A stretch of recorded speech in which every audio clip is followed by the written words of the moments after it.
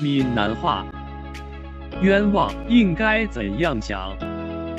怎样写？冤枉，示意冤屈，受到误会、不公平或不合理的待遇。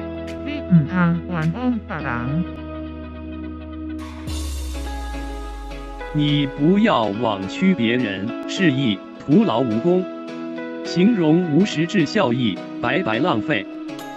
这款冤枉钱你也开会落去。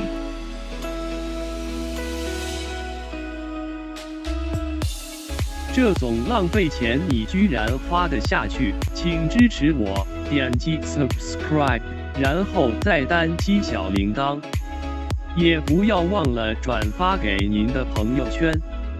谢谢，请点击下面观看同一系列的影片。